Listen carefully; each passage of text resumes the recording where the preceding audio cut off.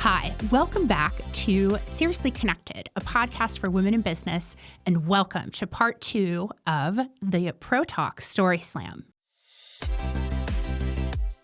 I want to talk about making waves. In July 5th, 2013, my parents have a 40-foot sailboat. Well, they had. They no longer sail anymore, but we were sailing from Bristol, Rhode Island to Newport, Rhode Island. So it's like the northern part of Narragansett Bay down to the southern part. Mind you, my parents are salty sailors. They've been sailing since before I was born, right? We know Narragansett Bay like the back of our hand, right?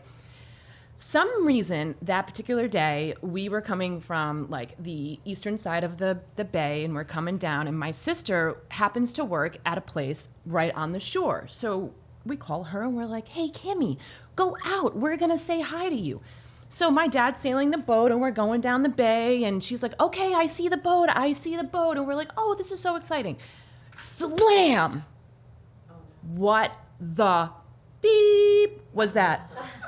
Our boat slammed into a rock ledge.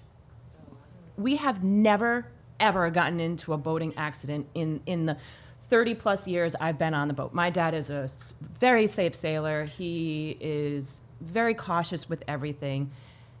Well, our boat was stuck. So I don't know if anybody's familiar with sailboats, but what they have is a keel, a real heavy lead keel underneath that goes down about 5.5 feet. We went up, so we were heeled over, sailboats heel over, and we went up a wave, and our keel hit a rock ledge underwater, and we were stuck on that ledge. On a caveat, I was pregnant with my second child, and I was like sticking out to here, and I had to call Mayday. So I'm on the VHS radio calling the U.S. Coast Guard. You know, U.S. Coast Guard, Mayday, Mayday. This is a sailing vessel Liberty. We need help.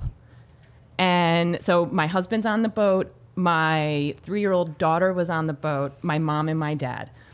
And so it was just pure chaos, right?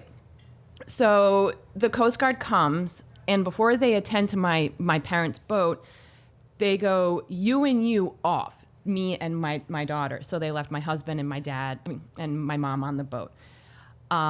They tried to get the boat off by getting some rope from the mast, which is like the vertical part of the boat. And that broke. And there was no way to get us off. There was this massive powerboat. And in Narragansett Bay, there are some powerboaters that are a little irresponsible with their wake. This particular one was irresponsible with his wake, but let me tell you, it was our saving grace, because when he came down the bay so fast and had such a huge wake, it lifted our boat just enough to get us off the ledge. But just trying to get us off, the rudder was broken. We had no steerage. We had to be towed in. And, some waves are bad, some waves are good, but they come when we need them, right? And, I felt worse for my dad's ego and it really like deflated him. But it happens. Accidents happen. Mm-hmm. You just need to know how to get out of them, right? But yeah, waves were fun. That's so crazy.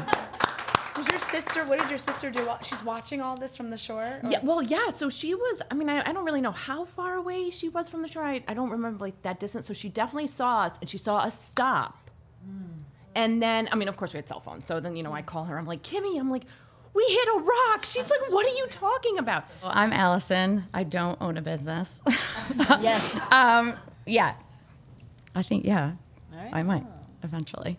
So I actually am going to talk about how I went against the grain and made some waves with my family, actually, a little bit because of some decisions that I made. So 2 years ago, I decided, along with my fiance, that after my kids graduated from high school, we were going to move south, just move south. We didn't know where, and that I was going to leave my teaching career because I had done it for 21 years, and things changed a lot after COVID, of course, and I just started to recognize that my beliefs about what worked for kids didn't align with what the district thought would work. And I just knew that I wanted to leave at the top. I wanted to leave when I still loved it.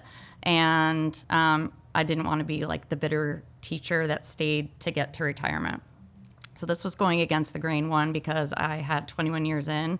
And, of course, as a teacher, you've got your retirement and, all of the perks that come along with being a teacher, job security and health insurance and, knowing exactly what your pay is going to be every 2 weeks and summers off.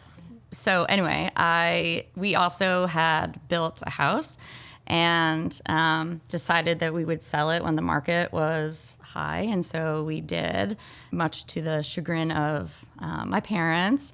And I didn't leave teaching until just this past January, actually, because I really thought that I was going to just, find a new career like that because I have all these transferable skills. And so here I am about 18 months into the job search process, and I decided, what, I need to go now.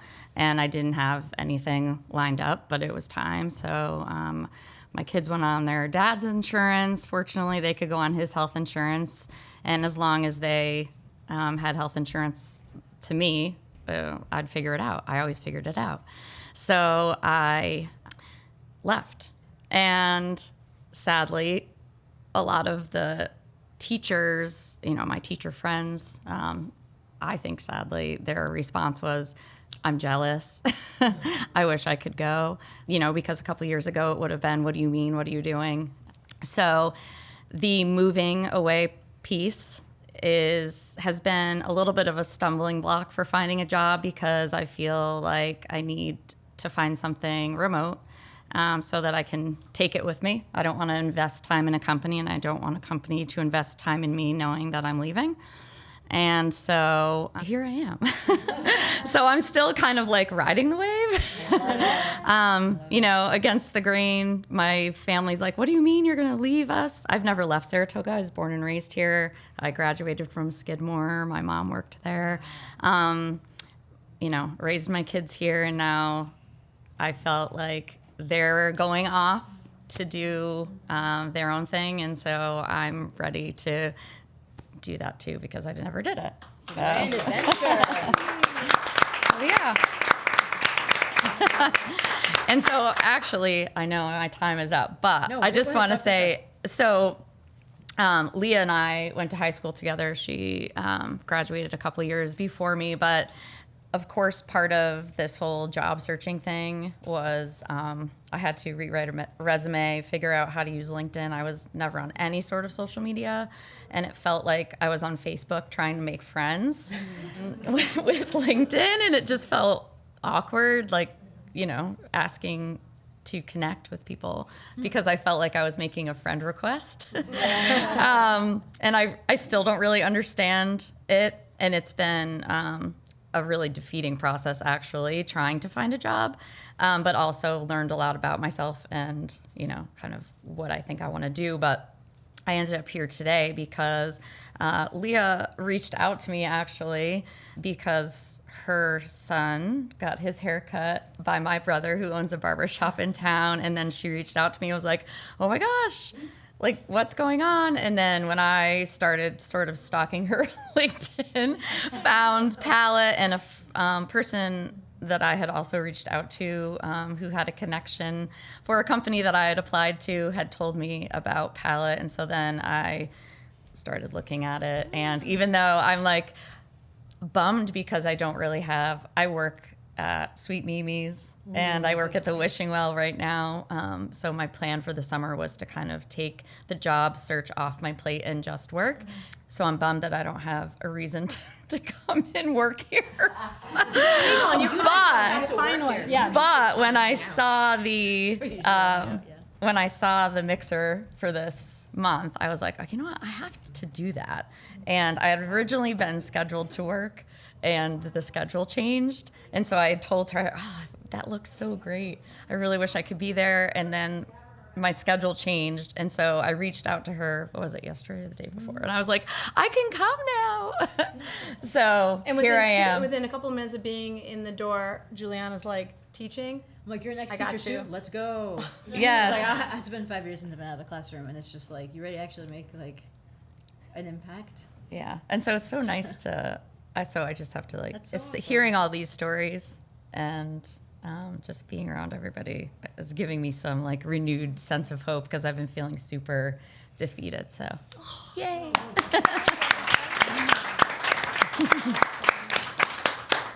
Wow. Yeah, no, this Inspired is by you. definitely where you're supposed to be because there's so many people here at Palette that have certain assets or knows how to do certain things. Like you're like LinkedIn. I'm like, go talk to LJ. Like all these, you're in good hands. Yeah. So. Yeah, there's a PAL member that works at LinkedIn. Oh, LJ. cool. All right. Yeah, exactly. LJ. Yeah. Yeah, LJ. Let's see. Hi, everyone. I am Brittany Burnham. I am the owner of Power Performance Wellness Recovery, formerly Hit It With Britt. I am the host of the Mom Boss Maximizer podcast. I'm the founder of Guts. And I'm going to talk about going against the grain. So before the pandemic, my business, when it was Hit It With Britt, I had plans on expanding, on scaling the business, potentially franchising. And during that time, I used that to really like go deeper and more intentional of what I want for my future because we transitioned from a single mom to a bonus mom of 4. Well, I have 2 of my own and then so 4 altogether. So a lot of things shifted personally with time. And so I rebranded and started designing my beautiful new facility in downtown Albany. And I mean, that was itself going against the grain right there was rebranding because I was at my peak. I mean, to be very transparent, my business has not been the same since the pandemic.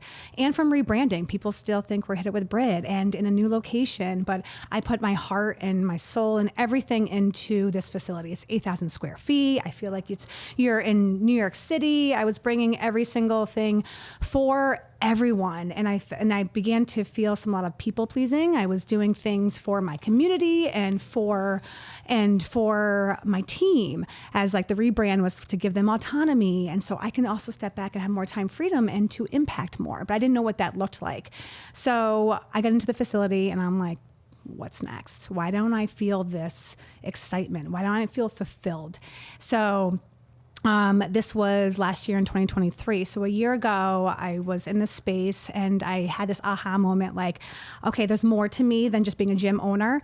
I want to impact more. I want to serve more. And I know that it all starts with the mindset because what I've been doing is transforming people. That's my gift. My human design is transformation. So I transformed thousands of women with their health and their wellness journey. But now I want to expand that into more, into business, into empowerment.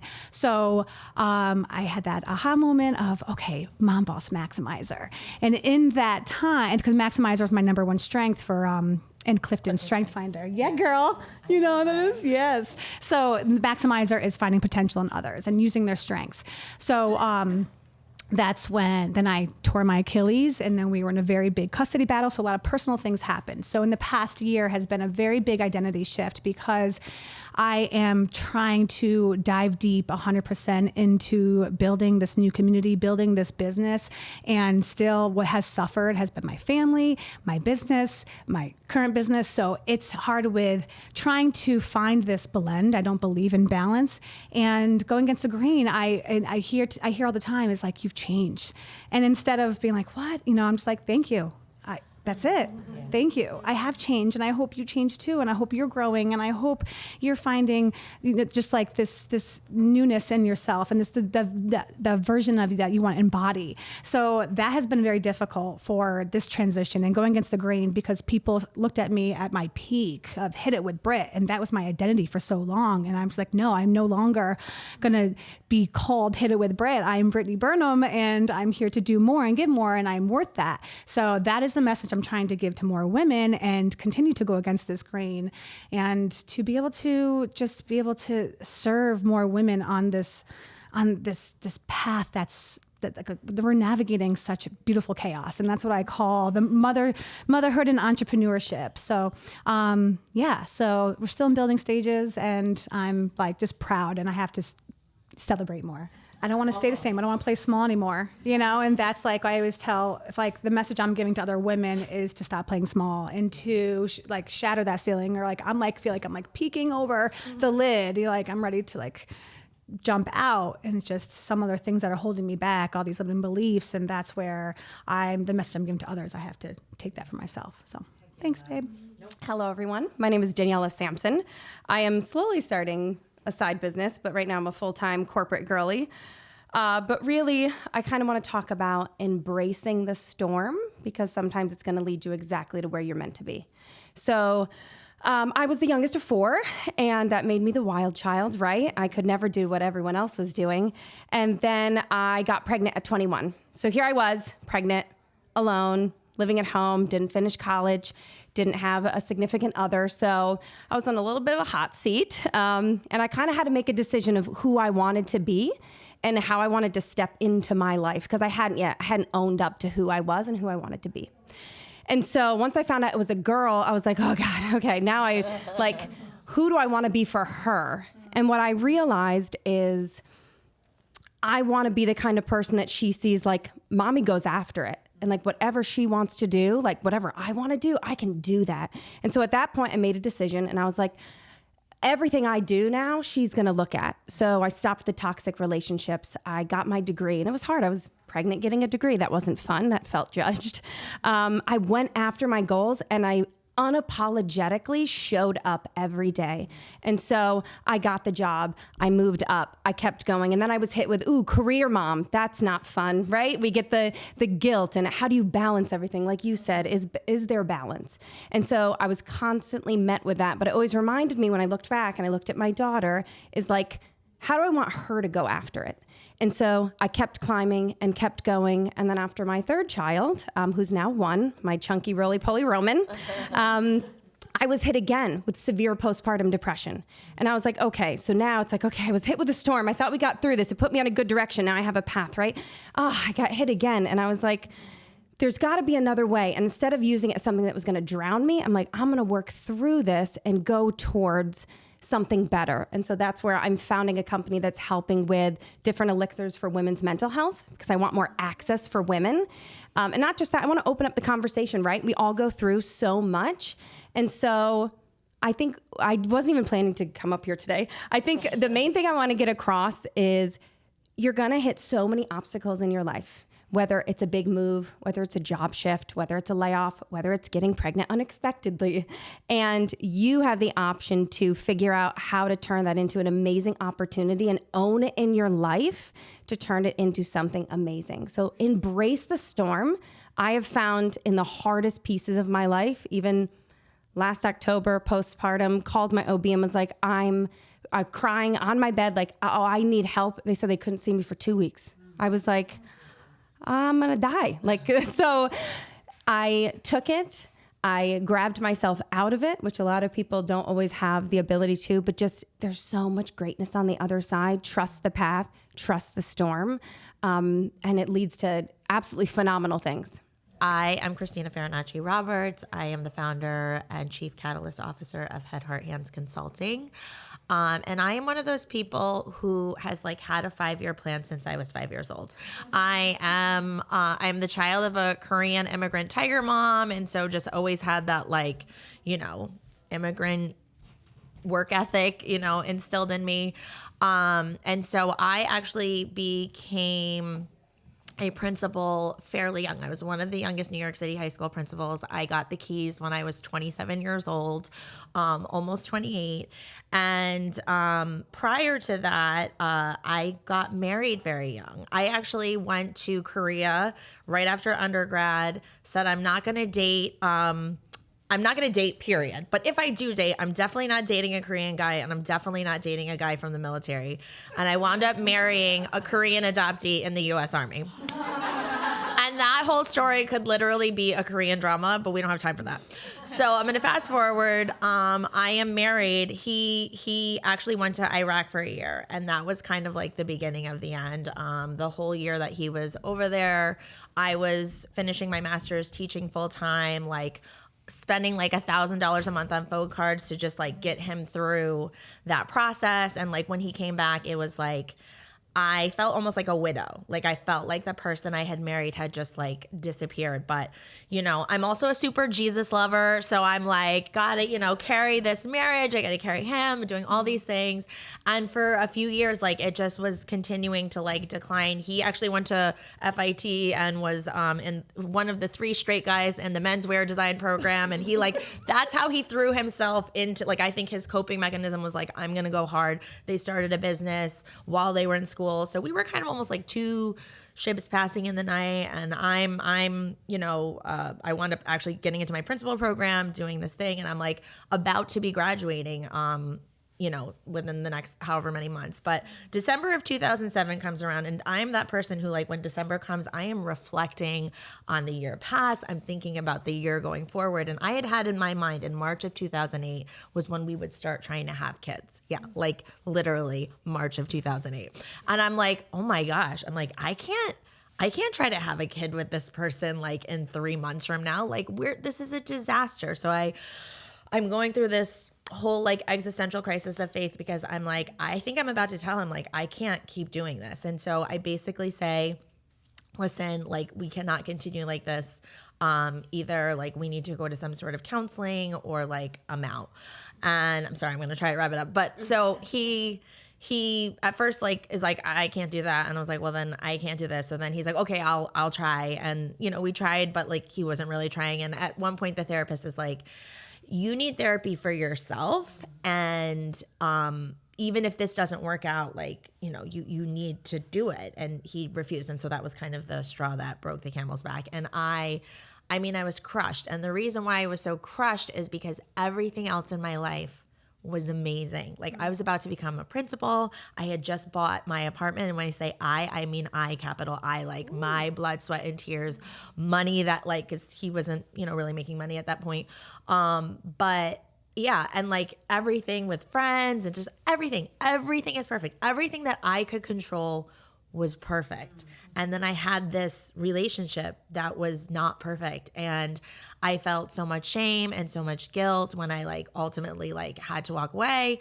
And I remember just like being on my knees one night and like just like praying to God, I completely surrender. And like not like white flag surrender, like surrender like I am like open to whatever it is that you have for me. And like had that moment of like so much of my identity was wrapped in all of the accomplishments, and even I think in the relational things like being married and you know whatever, and we were perfect on paper like when we first got together, like our backgrounds and everything. And so it just felt like a lot to let go of not attaching my ultimate identity or worth to something outside of what I now say is like your ultimate identity is just that you're a child of God, that like you literally are this unique combination of lived experiences and learned expertise and just like your legit essence. And there's no other person like you on the planet. And it's like positioning yourself to know that everything that makes you you and every flaw and every mistake is a way to position you to do something that nobody else can do or make an impact or inspire in a way that nobody else. Because if I had my perfect little story, like I wouldn't be able to touch and move and, you know, inspire those other people. And I think that ultimately, part of like, I guess where it connects back to the business is like my whole Solarized leadership model is based on this idea that, you know, it is your personal essence and your professional experience, like marrying those two that allows you to like really be who you're called to be and do what you're called to do and just, you know, live this life. And now I'm married to a person that is not we are not great on paper at all. We are exactly the exact opposite. I would not have not picked his resume up in the pile. It would have gone all the way over here. But like, that's also part of the humility in everything, is like, it's not what you think it's supposed to be. It's like just letting it be. And actually, I'll just end on this too, because this is like my big thing about marriage. Like, I truly believe that marriage, the purpose of it, it's not to make you happy, it's to make you holy. And it's not that those things are mutually exclusive, but a marriage puts you, like, you're making a commitment to a flawed individual as a flawed individual to like keep doing this thing called life together. And I think in my first marriage, I tried to do, like, I was trying to do everything and like make things happen, or being resentful about things that he wasn't doing. And like, going into my second marriage, like, it's me and God first, and then like whatever I'm not getting from him, or it's like I can give him the space to become that thing, because I'm not depending on him to be things for me. Like, I have this, I think we all have like a God-sized shaped hole in our heart that it, you know, it's that disordering of loves. Like, if you try to make your husband or your kids or your job, like, they can be up to here, but like, it can't be the ultimate thing, because it's not meant to be the ultimate thing. So yeah, that's it. That was long, sorry.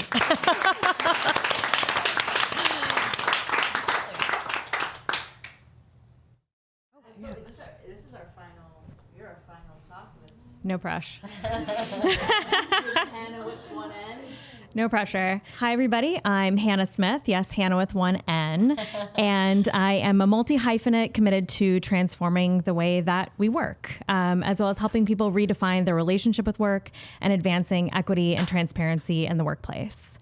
And for, I would say, about 15 years, roughly prior to this point, I do work for myself now. I'm a consultant, I'm an author, I'm a speaker. But prior to that, I did public relations for social justice movements. And I absolutely loved the work that I did. However, I did not have a healthy relationship with work. In the order of things, work always came first for me. It was work, my husband, my family, my friends, and then somewhere in there, maybe I'd find some time for myself. And that was a hard truth that I didn't really realize until about 2018. As you've mentioned here, things were looking really perfect on paper.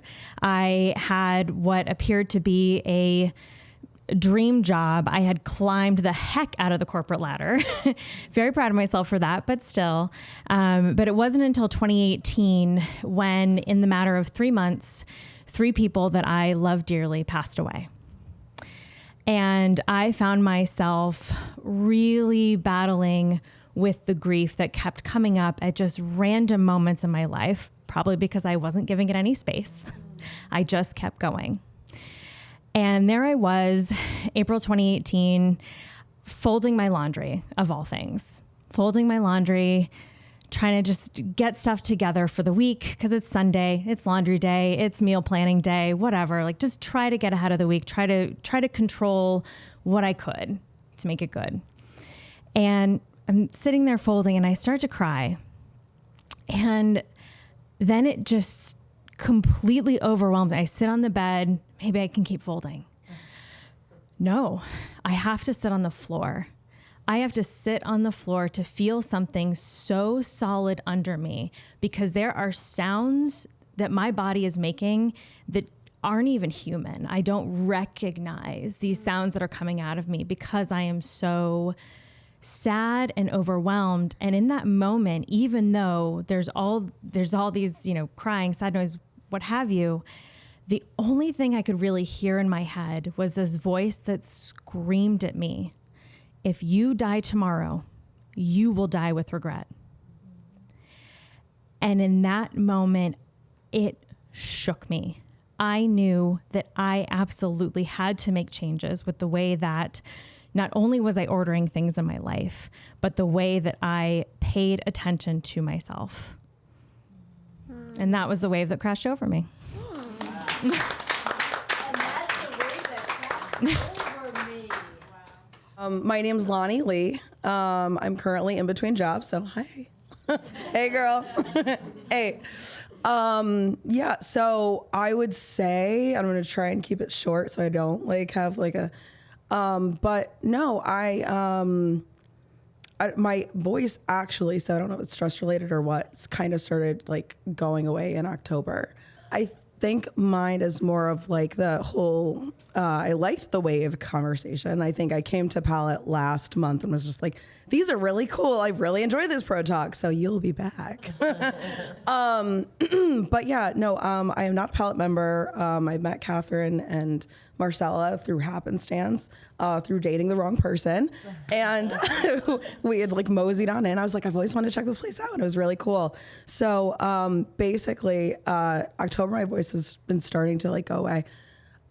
Did not love my job in any capacity, like loved it, but like I think during COVID and all of the BLM movement stuff, like I was like noticing a lot of stuff that I didn't really appreciate, and then I was trying to like make a space there for it to make sense, right? So the monk, the year of the monk, it's been a journey. So in November, like I started getting more involved with a lot of things community related, because that's something that like I'm passionate about. I know Christina from Women United, which has been awesome. I dance. I'm a part of Knocker Dance Group. I'm a part of Ronald McDonald House Board. I'm a part of like a lot of things that I'm very excited about, right? And that two places for me is just like the romantic and the career space. I'm just like, I don't love it. In November, my brother passed.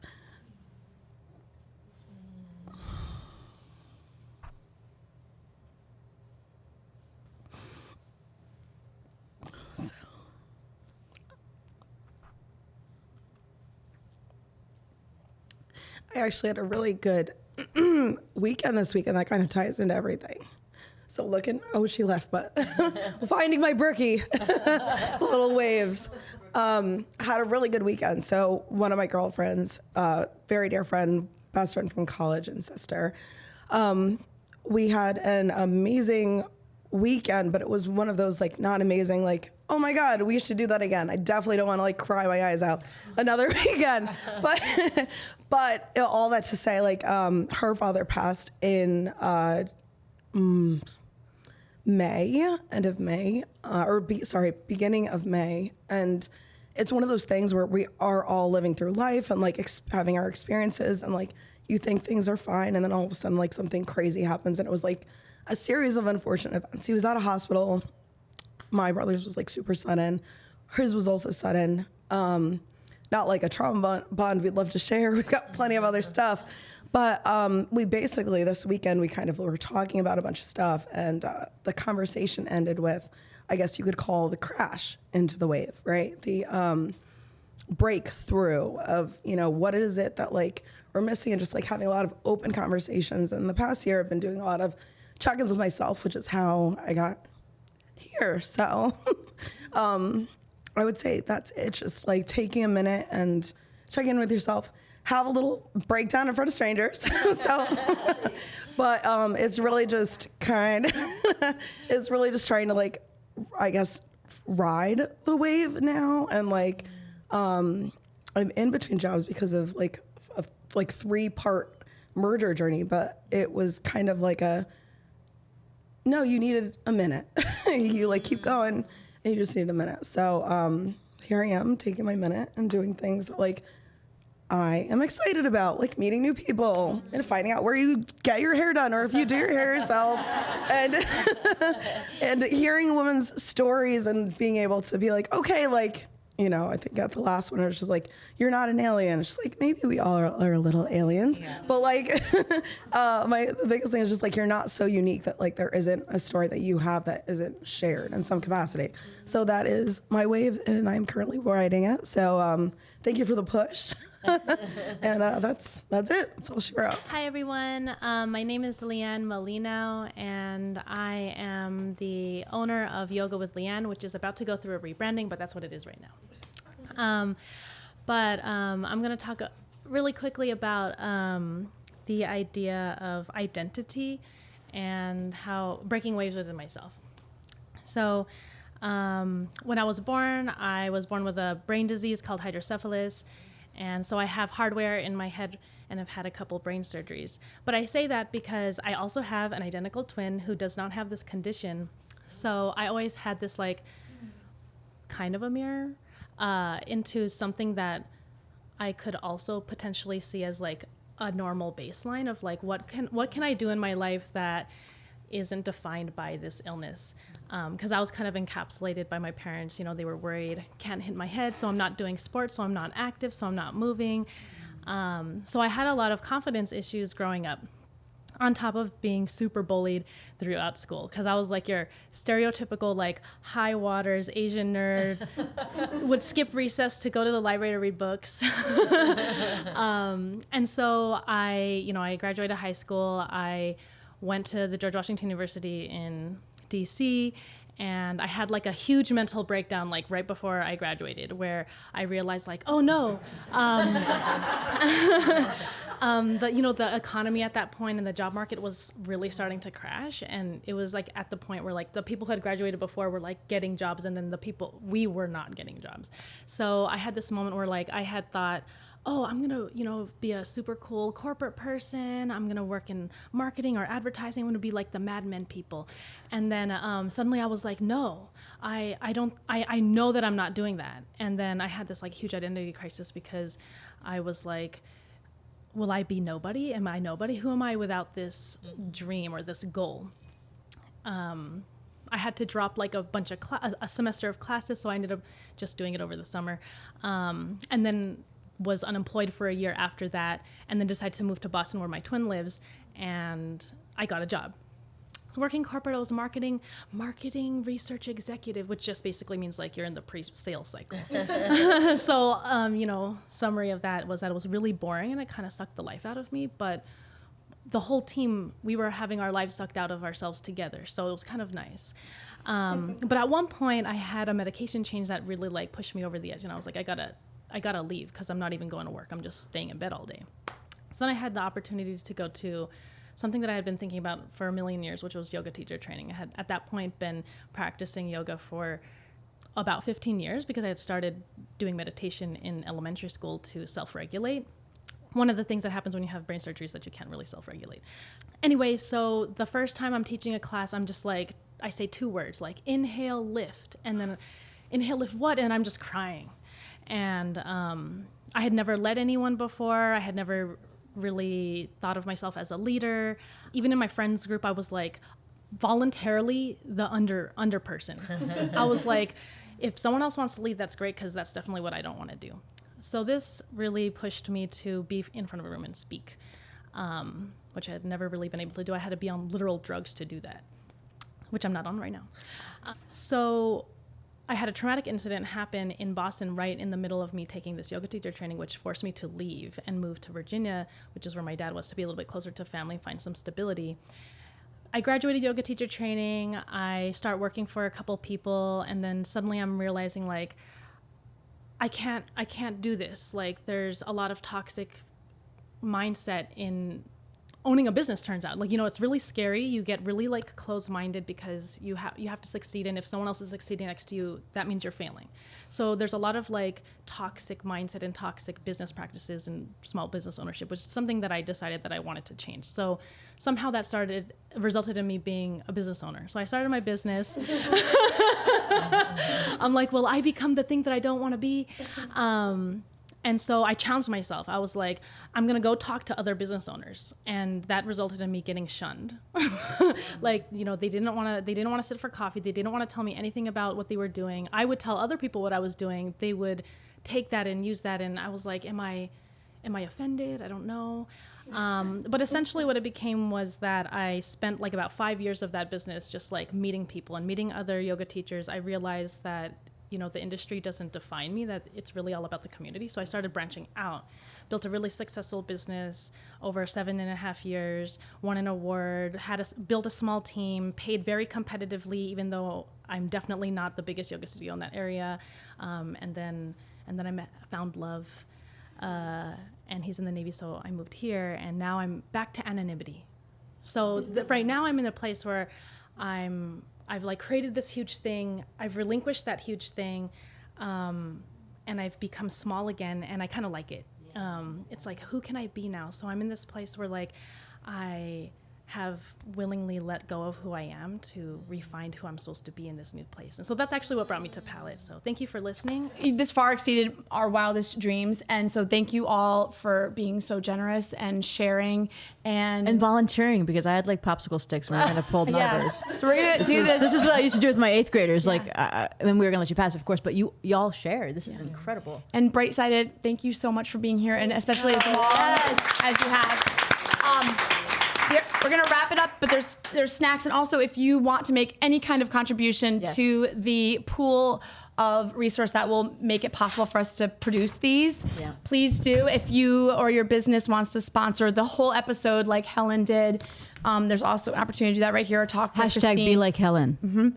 And we can just lift each other up and tell each other's stories. And so thank you so much. Thank y'all. Thank you so much for listening to these stories. And if you would like to create a Pro Talk or learn more about the Palette community, come on down on the internet to paletecommunity.com.